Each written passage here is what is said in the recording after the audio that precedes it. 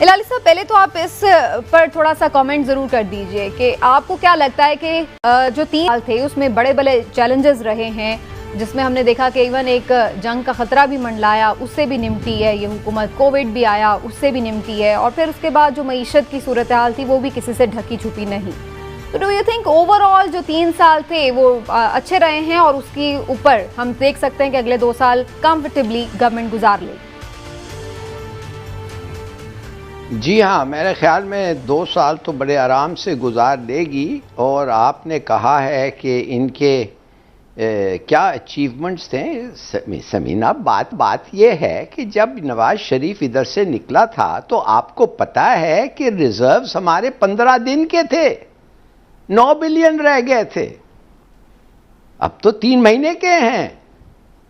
پہلے ہمارا فورن account deficit 19 billion, اب وہ پلس میں ہے.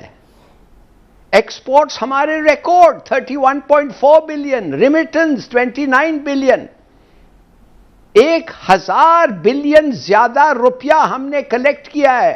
3700 بلین ہوتے تھے ہمارا ایف بی آر کلیکشن، ابھی 4700 بلین ہو گیا ہے. اور تھوڑے اس سال کے بعد 5800 ہوگا. That is the calculation. بھائی خدا کے لیے کمال کیا ہے انہوں نے ان مینی ریسپیکٹس. 536 کروڑ روپیہ ریکور کیا کرپشن سے.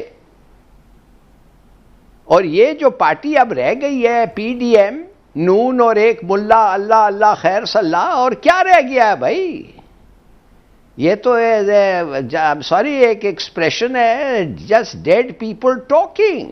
یہ کراچی میں یہ کیا کر رہے ہیں شو؟ اس لیے کر رہے ہیں کہ ادھر تھوڑے سے ان کے لوگ ہیں مدرسے والے، وہ آ جائیں گے، ٹرن آؤٹ اچھا ہو جائے گا.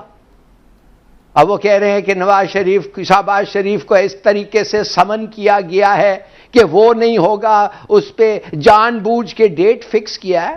میں آپ کو بتاتا ہوں کہ اندر سے نیب کے اندر سے نون والوں نے ان کو بتایا ہے کہ بھائی اس کو بلا رہے ہیں اور فلانے تاریخ کو، تو اس لیے انہیں ڈیٹ فکس کیا ہے بتانے کے لیے کہ اس لیے کر رہے ہیں. شہباز شریف صاحب چاہے خود خوشی ہو رہے ہوں کہ اچھا ہے اس دن پیشی پڑ گئی ہے، میں اوائڈ کر لوں گا. اور جی کر لیجئے. دوسری چیز میں کہتا رہتا ہوں آپ کو کہ یہ احسن اقبال صاحب، ارے بھائی آپ نے اپنے بھائی کو یا آپ کے بھائی کو ایک ٹینڈر میں لایا، سوری ایک کانٹریکٹ میں لایا، اور ٹینڈر تو ہوا ہی نہیں اس کے لیے. تو پھر کیا یہ آپ کے باپ کے پیسے تھے کہ ہم انکوائری نہ کریں اس میں؟ کیوں نہیں کریں؟ نیب کر رہا ہے بالکل. اس پہ تو میں ابھی ہلالی صاحب آپ اس پہ پوائنٹ آف ویو دے دیجئے. یہ کتنا سیریس کیس ہے شہباز شریف پر میٹرو سکینڈل؟ بہت سیریس کیس ہے، مگر ان کو ثبوت نہیں ملے گا. دیکھیے وائٹ کالر کرائم اس ملک پہ جب ایک سمپتھیٹک جوڈیشری ہو، اور جو آپ کے قانون اس قسم کے ثبوت چاہتے ہیں کہ جب تک جج خود نہ ہو ادھر اور دیکھ رہا ہو کہ ایک کیش باکس سے دوسرے کے پاکٹ میں جا رہا ہے، وہ تو کبھی انصاف وہ تو کہتے ہیں کہ ناٹ پروون. بھائی آج تک تو کوئی پکڑا نہیں گیا ہے، مگر ان کا جو ورتھ ہے وہ 10 گنا زیادہ ہو گیا ہے، 1000 گنا زیادہ ہو گیا ہے پولیٹیشنز کی کمائی، مگر ایک آدمی نہیں پکڑا گیا ہے اور کوئی ایکسپلین ہی نہیں کر سکتا ہے. اور جب آپ ان کو منی ٹریل پوچھیں تو وہ پھر آپ کو وہ قطر کے گرینڈ فادر آ جاتا ہے یا یہ ہو جاتا ہے. دیکھیے تو آپ کو لگتا ہے وہ سسٹم کا فالٹ؟ میں آپ کو بتانا چاہتا ہوں، نہیں میں معاف کریے، میں بتانا چاہتا ہوں کہ یہ ایک کرمنل انٹرپرائز ہے. Pakistan is not a state. یہ ایک کرمنل انٹرپرائز میں قانون ڈیلیبریٹلی ایسے بنے جاتے ہیں، اتنے بڑے لوپ ہولز. ساتھ ساتھ جو لوگ اس کے اوپر قانون کو امپلیمنٹیشن کرنا چاہتے ہیں، ان کی ایفیلیشنز جو ہیں، جن لوگوں کے جن کا ٹرائل ہو رہا ہے، وہ اتنے ہوتے ہیں کہ میں سمجھتا ہوں کہ یہ جج ہماری جوڈیشری اور ہمارے سیاستدانوں کا ایک ایک کو ٹرائی کرنا it's a conflict of interest. اچھا تو اس لیے یہ کنکلوژن پہ نہیں پہنچتے. ٹھیک ہے چلیے ہلالی صاحب ایک سیکنڈ ہلالی صاحب، اس میں چھوٹی سی جو میرا پوائنٹ آف ویو ہے وہ صرف اتنا ہے کہ بادی نظر میں آپ دیکھیں کہ اس کیس میں کرپشن کا کیا ہے. دیکھیں یا تو میٹرو کی اس میں کرپشن ہوتی، سڑکیں بنانے میں کرپشن ہوتی، بسیں خریدنے میں کرپشن ہوتی، یا تو آپ ایک ٹھیکہ ایسا دینے پہ ہی ہے، یا تو نہیں یہ سنیں، یہ ایک اس کے چھوٹا سا حصہ ہے جس میں جی پودے لگانے، پھر وہ بھی پتہ نہیں یہ کیس کیسا بناتے ہیں. میرا پوائنٹ آف ویو صرف یہ ہے کہ اس طرح کے کیسز یا تو آپ یہ بنائیں کہ جس میں وہ منطقی انجام تک پہنچے، اگر نہیں پہنچتے تو پھر اپوزیشن کو یہ موقع ملتا ہے تو کہ آپ وہ کا یہ کہتے پوائنٹ آف ویو ہیں ہے سیاسی بنیادوں پر یہ بنائے کہ گی. سسٹم میں بھی فلاز اپنی جگہ جو ہلالی صاحب مینشن کریں، لیکن کیسز بھی اتنے اسٹرانگ نہیں بنائے جاتے، اس میں بھی ویکنس رہتی ہے. دیکھیں نا ملتان میٹرو پہ چین کو خود آفیشیلی ہمارے ساتھ اس وقت حافظ سینیٹر حمداللہ صاحب ہیں، ان سے بات کرتے ہیں. JUIFA کے سینئر رہنما ہیں، اسٹیئرنگ کمیٹی جو PDM کی ہے اس کے بھی ممبر ہیں، تو آج وہ اس میں ظاہر ہے کہ موجود رہے ہیں جو اجلاس ہوا ہے. تو ان سے ذرا پوچھتے ہیں کہ کیا وہ سوچ رہے ہیں آئندہ کے مستقبل کے حوالے سے. حافظ صاحب شکریہ آپ کے وقت کا. حافظ صاحب سب سے پہلے تو یہ فرما دے دیجئے کہ آپ کو اب بھی لگتا ہے کہ یہ گورنمنٹ آپ گرا سکتے ہیں؟ بسم اللہ الرحمن الرحیم. بہت شکریہ، تمام دوستوں کو سلام. دیکھیں، بنیادی طور پر تو ہمارا بیانیہ آپ لوگوں کے سامنے اور پوری قوم کے سامنے ہے. بیانیہ یہی ہے کہ 25/2018 کا جو الیکشن ہے یہ چوری شدہ مینڈیٹ اور جیلی مینڈیٹ اور جیلی انتخابات، داندھی زدہ الیکشن جس کے نتیجے میں PTI کو اکثریت ملی، ان کی حکومت وجود میں آئی. آج اسی خرابی، اس کی بنیادی بربادی کی وجہ سے آج آپ کا ملک، میرا ملک، ہم سب کا ملک سیاسی طور پر غیر مستحکم ہے.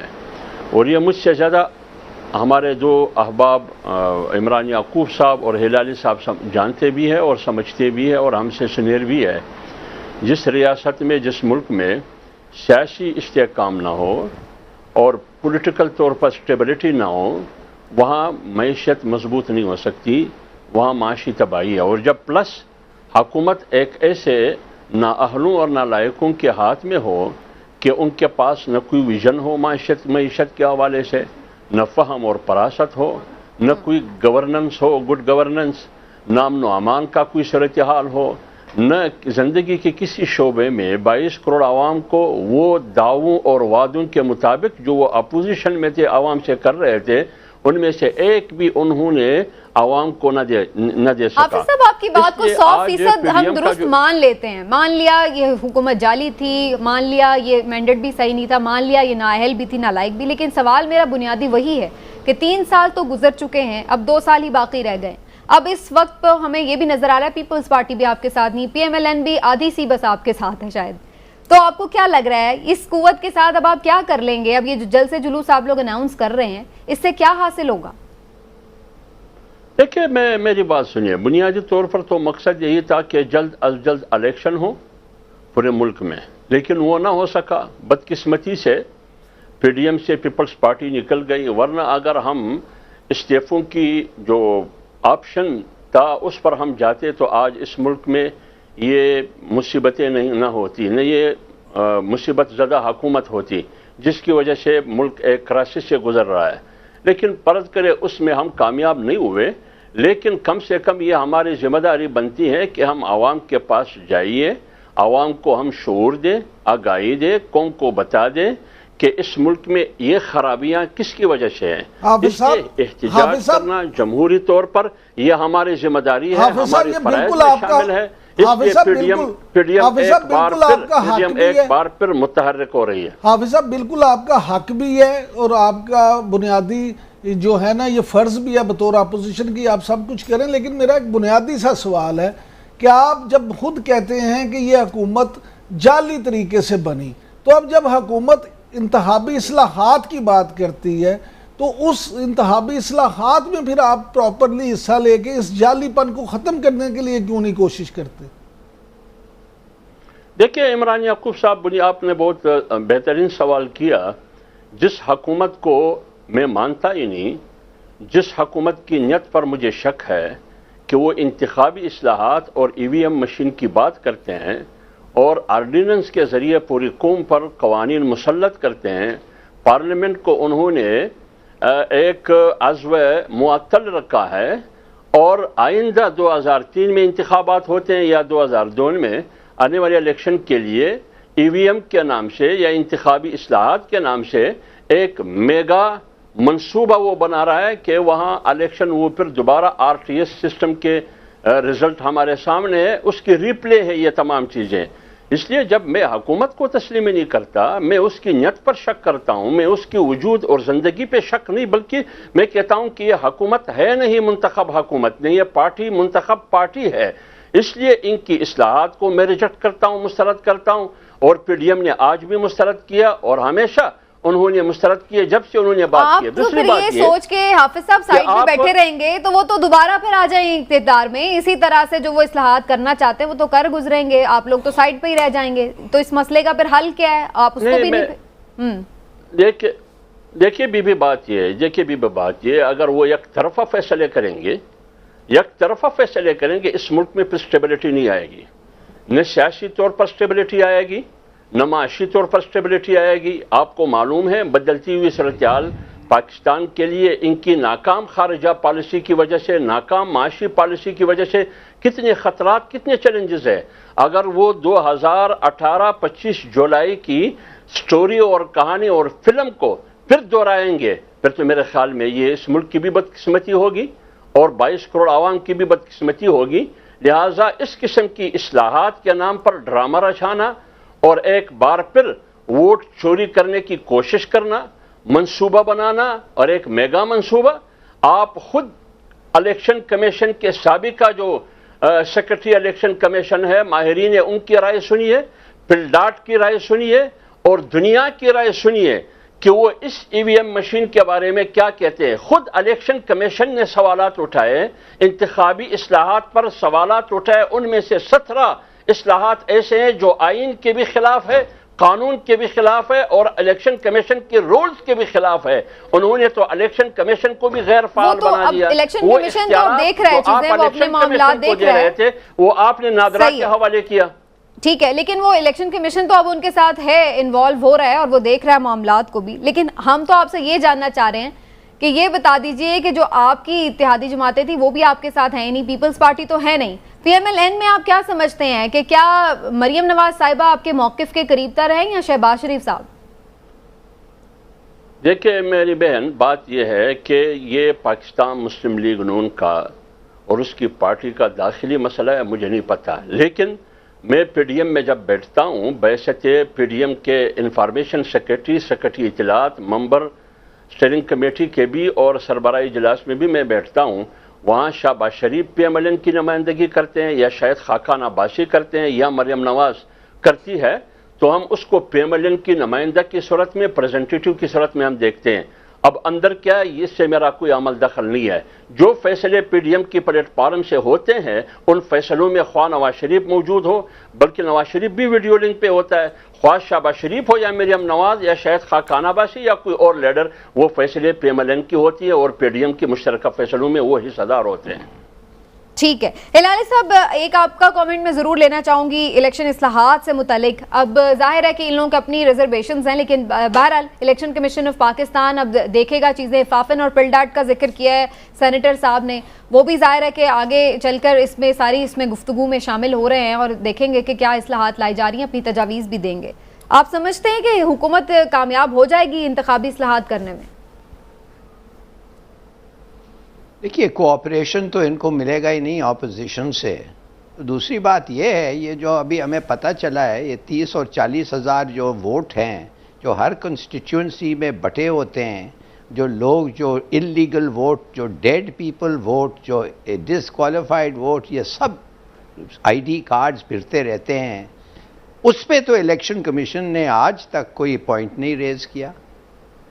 اس پہ تو اسی لیے تو یہ مشین کا مطلب ہے کہ اگر یہ مشین آ جائے تو امید یہ ہے، میں نہیں کہتا ہوں سرٹنٹی ہے، میں مشین کے بارے میں کچھ نہیں جانتا، مگر اگر آپ مجھے پوچھیں کہ مشین کو تم کیوں سپورٹ کرتے ہو، میں اس لیے کہوں گا کہ اس وقت تو پتہ ہے کہ ہر الیکشن پاکستان میں ایکسیپٹ فار 1971 کا الیکشن، ہر الیکشن 70 کا الیکشن، اس میں دھاندلی ہوئی ہے.